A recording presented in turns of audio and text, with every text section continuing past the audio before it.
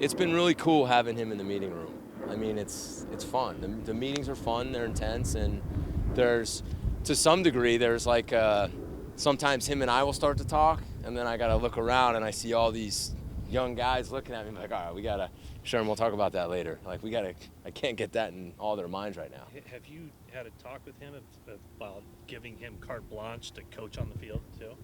Oh, I think with any player, with me. I mean, I have one agenda, and it's to win games and have my room play at a high level. So if anybody sees anything, I hope they would. But yeah, I mean, I might be like, hey, Sherman, check out Tavares on this, and let me know what you think. I'm gonna look to the other side or help this guy. But I'm all for it.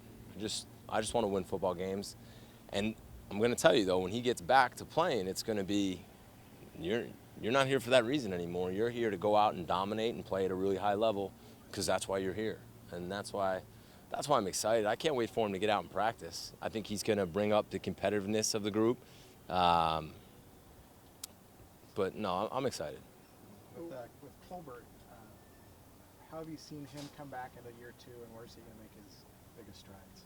I think the experience and knowledge. I think last year he was kind of in survivor mode. If you guys all remember, we kind of moved him late to the position, and I'd literally be like, all right, AC, you stand on this hash, or you stand on this hash, and you go play football.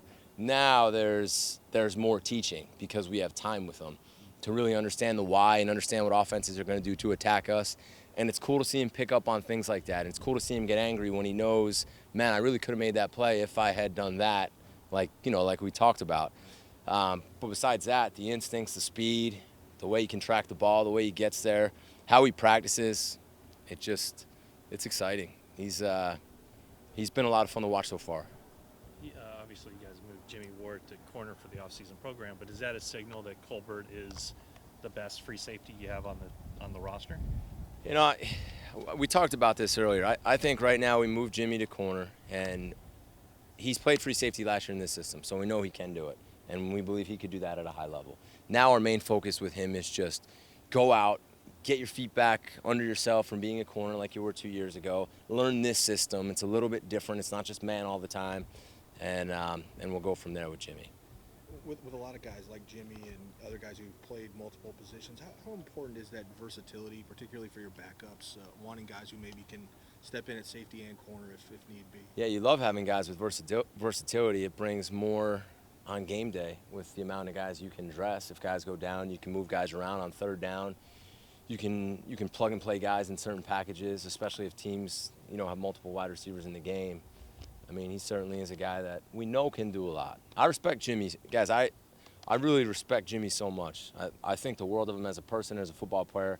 I've been here. I've seen him play corner. I've seen him play free safety. I've seen him be injured. I've seen him battle back.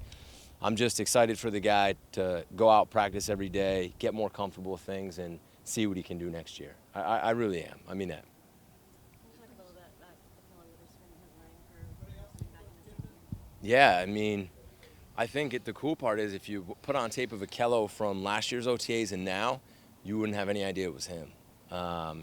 Just the steps he took off season, which we already talked about, the confidence. He believes in himself now. He knows he can do it now, and he believes he can do it at a very high level.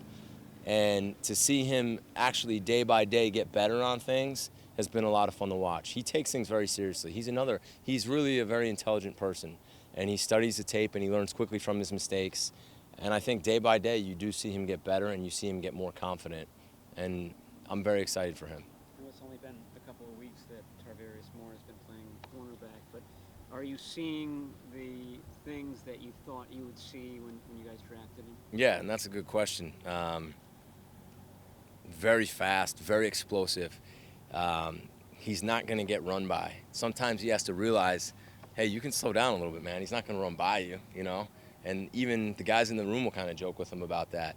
He still has to get more experience at the position because he still shows at times he's a little raw, but it's exciting. He's very patient already, which is very hard for especially young corners in this league. You'll see him sit at the line and be really patient and calm.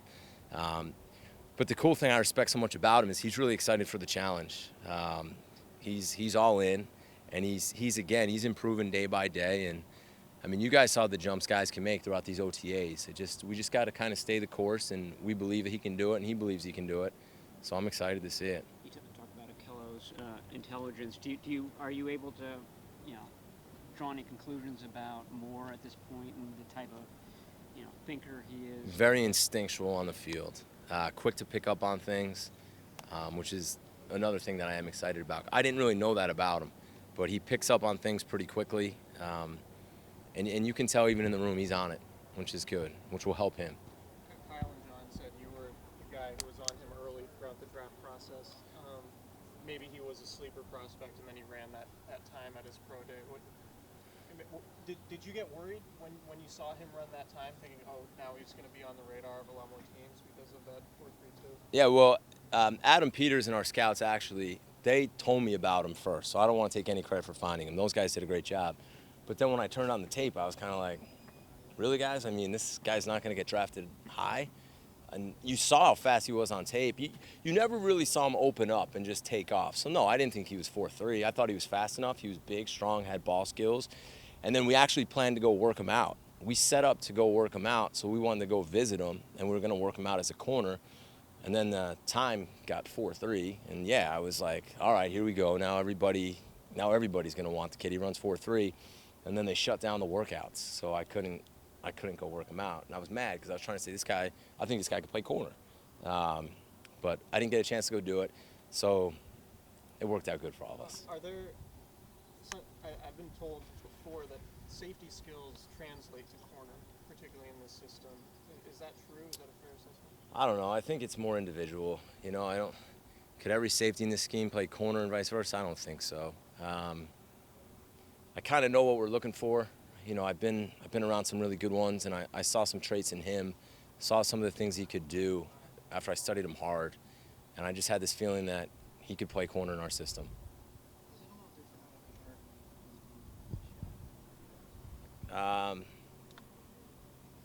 You guys know how I feel about Eric. I mean, I still talk to Eric. We'll keep it at that, Every one of you guys knows how I feel about Eric Reed, who've been here the last 2 years with me. You don't have a lot of depth at strong safety. I mean, are you holding out the possibility that Reed could come back Well, at some point? Again, I respect that you guys are all asking that question, but if you really look at it, we've got Tart, right? And then if you look at the guys that we have that aren't healthy, we still have all those guys that no one's even thinking about, right? We have Chancellor James, who had a really good OTA last year. We have Don Jones, and then we drafted Marcel.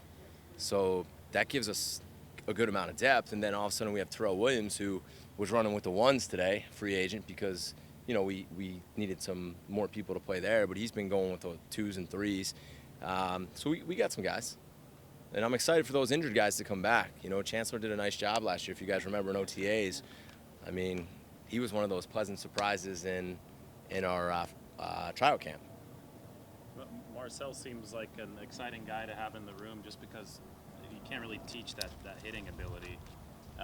Obviously, he's not out there yet, but looking at his film when you guys drafted him, were you excited to have that kind of enforcement? Yeah, tough. I mean, his toughness jumped off the tape. Like you said the word enforcer, that's what he looked like. I mean, I'm really excited to see what he can do when the pads come on, and I'm excited to get him back. He's been great to have in the room, and it's unfortunate, but we're excited. We're excited to have that type of player, for sure.